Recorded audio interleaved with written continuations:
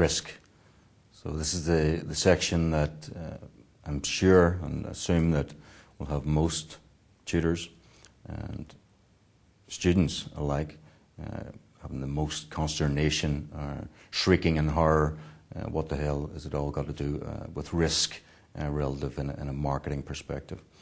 However, it needs to be pointed out that we're not trying to establish or create risk management experts.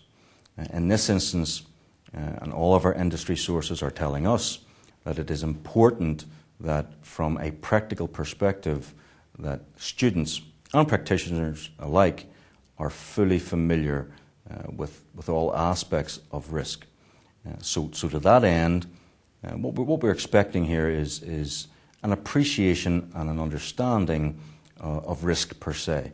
So that's definitions, that's different risk perspectives, and looking at how effective risk culture and risk management can become apparent within an organisation.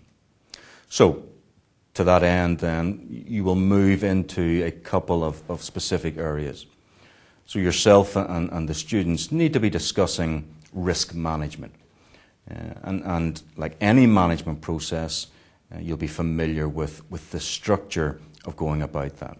So that's to do with things like, the sources of risk, the different types of risk, whether they're operational or strategic, how you might evaluate risk, and in particular, specific risks relative to project undertakings from a marketing perspective. That flows into a more scientific approach, if you will, in relation to risk assessment.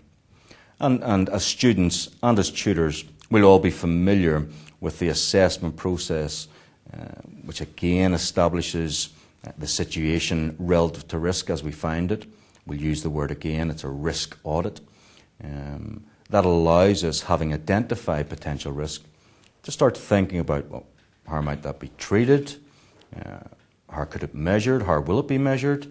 And effectively, how do we build in a reporting mechanism that stays on the case of risk on an ongoing basis throughout any project timescale or lifespan?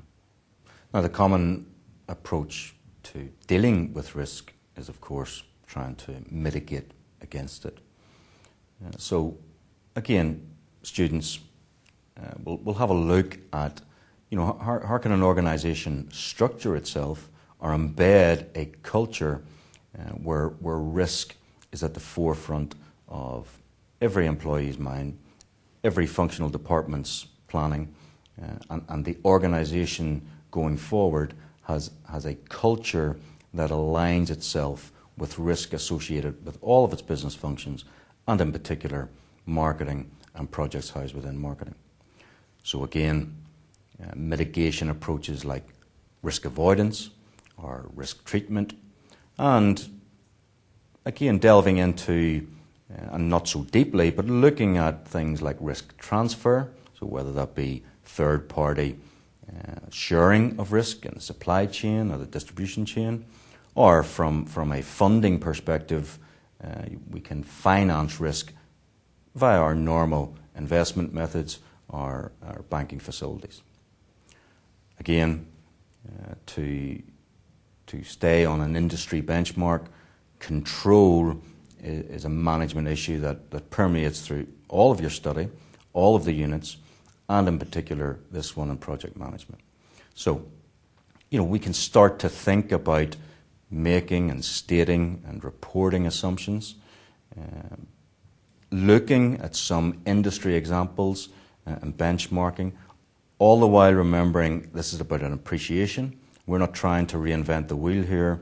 We just want to get you thinking that no matter what you recommend, no matter what you invest, no matter what you deliver, will have a risk associated with it.